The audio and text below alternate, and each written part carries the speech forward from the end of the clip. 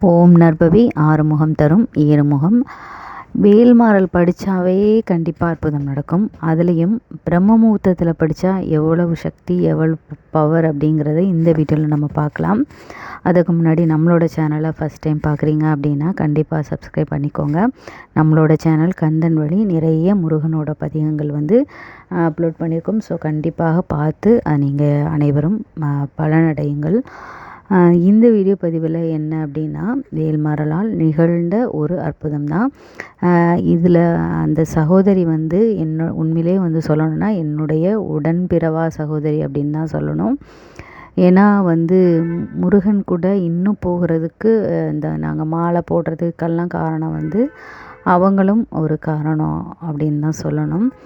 ஆனால் வேல்மாறல் புக்கு நான் முதல் முறையாக படிக்கும்போது அப்போ நான் ஷேர் பண்ணிகிட்ருந்தேன். இந்த மாதிரி வேல்மாறல் படித்து தான் இந்த ஜாப் விஷயம், எனக்கு நடந்த சில வேல் கிடச்சது, அப்புறம் ஹஸ்பண்டுக்கு வேலை கிடச்சது, அதெல்லாம் நான் சொல்லிகிட்ருக்கும்போது அப்போ அவங்க எனக்கும் ஒரு புக்கு வாங்கித்தாங்க அப்படின்னு கேட்டாங்க.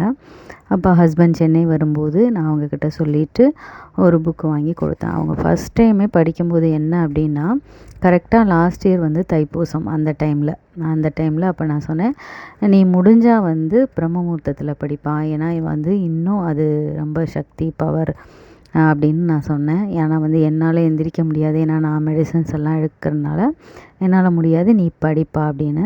ஃபஸ்ட்டு டைம் 6 days, அப்படி இல்லைனா உன்னால் முடியும்னா நீ 21 days பண்ணு அப்படின்னோடனே அவங்க 21 days ஃபஸ்ட் டைம் படித்தாங்க.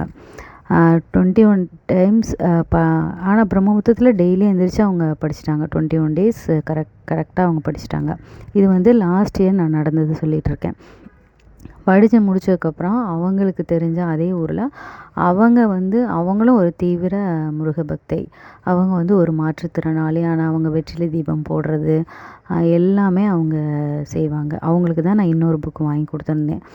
அப்போ அவங்க பழனிக்கு போயிட்டு ஒரு அந்த ஃபோட்டோ கூட நம்மளோட சேனல் நிறைய ஷார்ட்ஸில் நான் போட்டிருப்பேன். ஒரு ராஜ அலங்கார முருகன் ஆரஞ்சு கலரில், ஆரஞ்சா ரெட்டாக ஒரு மாதிரி மிக்ஸ்டாக இருக்கும், அந்த கலரில் ஒரு ஸ்டாச்சு மாதிரி சின்ன பொம்மை மாதிரி வாங்கிட்டு கொடுக்குறாங்க.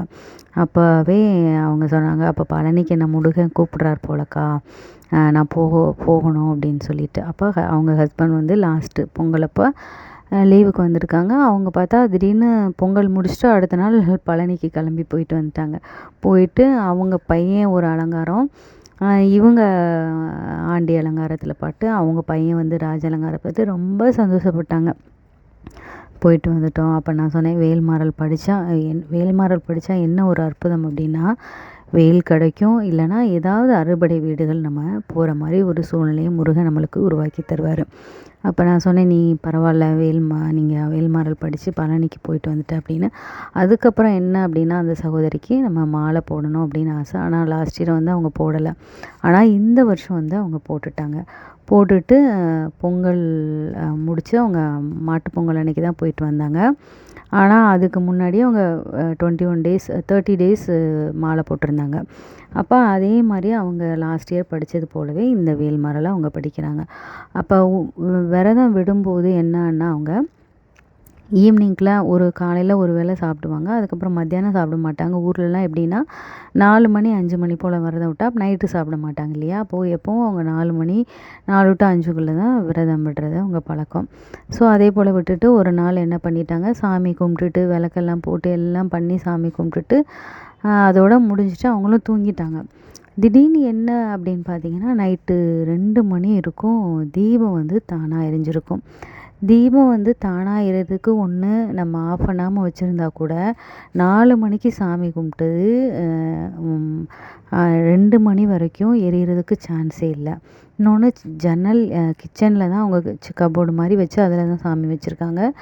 ஜன்னல் எல்லாமே சாத்தி தான் இருக்குது. காற்று ஒரு வேளை ஆஃப் பண்ணாமல் இருந்ததுன்னா கூட காற்று பட்டு நமக்கு அமர்ந்திருக்கும். இல்லை நெருப்போடு இருந்தால் கூட சில டைம் காற்று பட்டோன்னே பிடிக்க ஆரம்பிக்கும். அப்படி பிடிச்சிருந்தா கூட அவங்க ஜன்னலும் அவங்க க்ளோஸ் பண்ணி தான் இருக்குது. அப்போ அவங்களுக்கு 2 மணிக்கு விளக்கு தானாக எரிஞ்சோடனே ரொம்ப பயமாயிடுச்சு. எந்திரிச்சு பார்க்குறதுக்கு அவங்களுக்கு பயம் என்னென்னா, ஏன்னா அவங்க ஹஸ்பண்ட் சென்னையில் வேலை பார்க்குறனால அவங்களும் அவங்க பையனும் மட்டும்தான் இருக்காங்க, தம்பி மட்டும்தான். அப்போ உடனே அவங்க தம்பி எழுப்பியிருக்காங்க. தம்பி பார்த்துட்டு அவனுக்கும் தெரிஞ்சிருக்கு. சரி நீங்கள் பயப்படாதீங்கம்மா, நீங்கள் படுங்க அப்படின்ட்டு அவனும் சொல்லிட்டான். அவனும் பார்த்துட்டு அதோட ரொம்ப நேரம் ஆயிடுச்சு. ரொம்ப நேரம் கழித்து தான் வந்தது அப்படின்னு சொன்னாங்க என்கிட்ட. அவங்களுக்கு ஒரே பயம், எந்திரிச்சு பார்க்குறதுக்கு பயம். ஏன்னா யாரும் எதுவும் ஒருவேளை வந்துட்டாங்களோ என்ன, அவங்களால நம்பவும் முடியலை, நம்பாமல் இருக்கவும் முடியல. விளக்கு பார்த்திங்கன்னா ரொம்ப நேரம் இருந்து அதுவும் பிரகாசமாக நீட்டமாக எரிஞ்சிட்டு இருந்திருக்கு.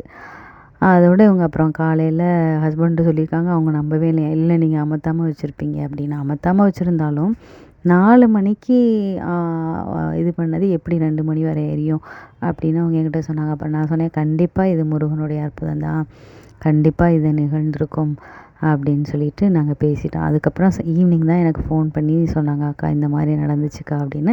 தம்பியே எனக்கு அவருக்கும் ரொம்ப சந்தோஷம். பெரியம்மா இந்த மாதிரி பெரியம்மா விளக்கு எரிஞ்சிச்சு பெரியம்மா, அம்மா சொன்னாங்களா என்னென்னு. அந்த குழந்தைய பற்றி நான் சொல்லணுன்னா, அது வந்து சின்ன வயசுலேயே அவன் 3 வருஷமாக திருச்செந்தூர் மாலை போட்டு நடந்து பாத யாத்திரை போனவங்க அவங்கெல்லாம். அப்போ முருகன் இந்த அற்புதத்தை கூட செய்யலைன்னா எப்படி சொல்லுங்கள். இப்போ இந்த வருஷம் பழனிக்கும் பழனிக்கு நடந்து போகலை.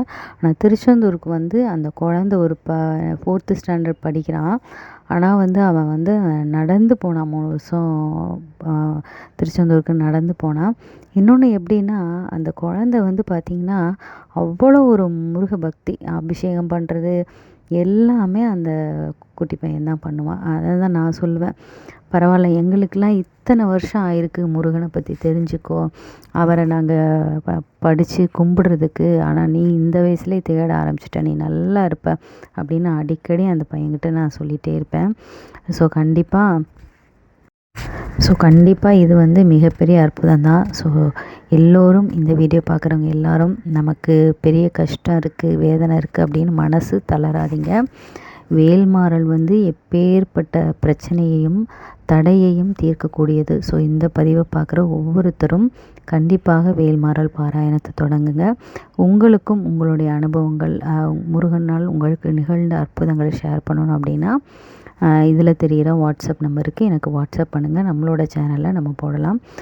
ஸோ இந்த பதிவை பார்த்து அனைவருக்கும் நன்றி. கண்டிப்பாக கமெண்ட்டில் நீங்கள் உங்களுக்கு நடந்த அற்புதங்களை எனக்கு ஷேர் பண்ணுங்கள். முருகன் அனைவருடைய வாழ்க்கையிலும் அற்புதங்களையும் அதிசயங்களையும் செய்யட்டும். ஓம் முருகா போற்றி.